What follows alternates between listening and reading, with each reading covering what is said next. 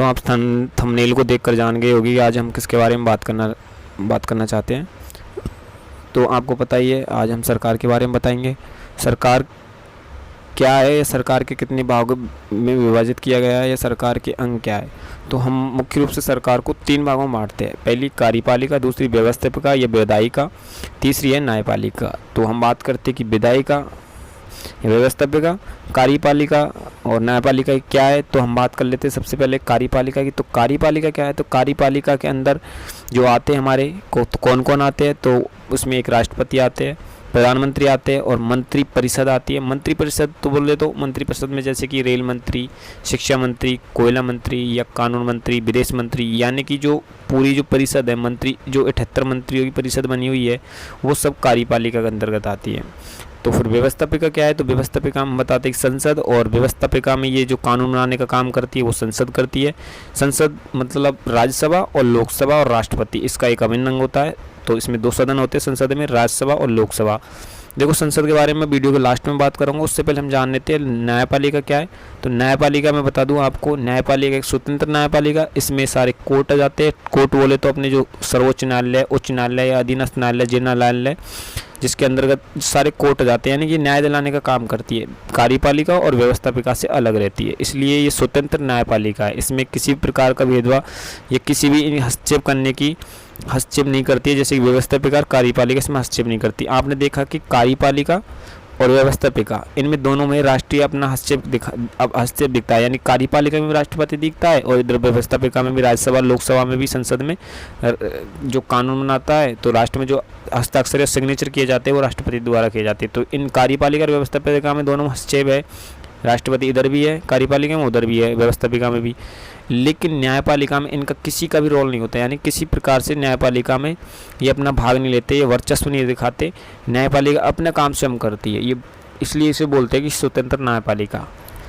जैसा कि मैंने बताया था कि हम बात करेंगे अब संसद के बारे में। संसद बोले तो व्यवस्थापिका यानी सरकार के जो 3 भाग होते हैं, कार्यपालिका, व्यवस्थापिका, न्यायपालिका, उनमें से व्यवस्थापिका में आती है संसद। और हम बताते हैं कि जो संसद है किससे बनकर बनी होती है। जैसे कि संसद है तो राज्यसभा और लोकसभा से मिलकर बनी होती है। तो राज्यसभा और लोकसभा, अब हम दोनों की बात कर लेते हैं कि राज्यसभा और लोकसभा।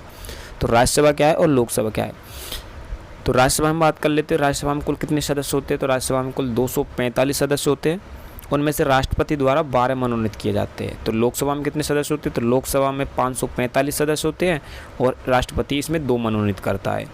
तो 2 मनोनीत करता है, तो इस राज्यसभा में निर्वाचित कितने होते हैं, तो निर्वाचित 233 होते हैं, तो 12 राष्ट्रपति मनोनीत करता है।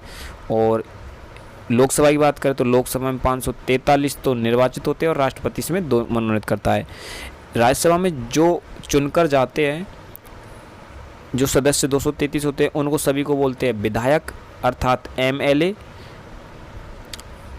लेकिन लोकसभा में जो चुनकर जाते हैं उनको बोलते हैं सांसद, और सांसदों को बोलते हैं हम MP।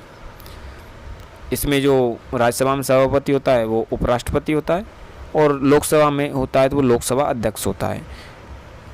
राज्यसभा में उम्र जो उम्मीदवार है उनकी उम्र कितनी होती है, तो उनकी 30 वर्ष होती है, लोकसभा में 25 वर्ष होती है। कार्यकाल की बात करें तो राज्यसभा का कार्यकाल 6 वर्ष का होता है। प्रत्येक 3 वर्ष बाद में सेवानिवृत्ति होते रहते हैं, यानी कि चेंज होते रहते हैं प्रत्येक 3 वर्ष बाद अपने। उसके बाद में लोकसभा की बात करें तो लोकसभा में 5 वर्ष होती है।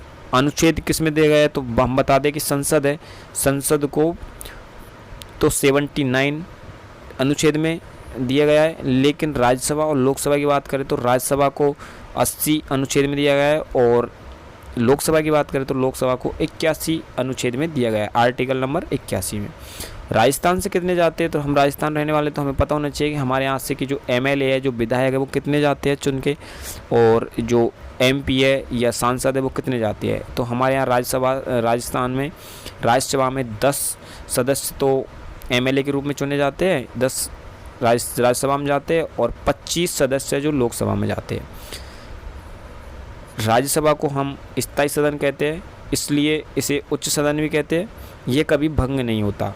लेकिन लोकसभा को निम्न सदन कहते हैं, ये अस्थायी होता है, कभी भी भंग हो सकता है, इसलिए अस्थायी सदन होता है, इसलिए इसको अस्थायी सदन या निम्न सदन भी कहते हैं।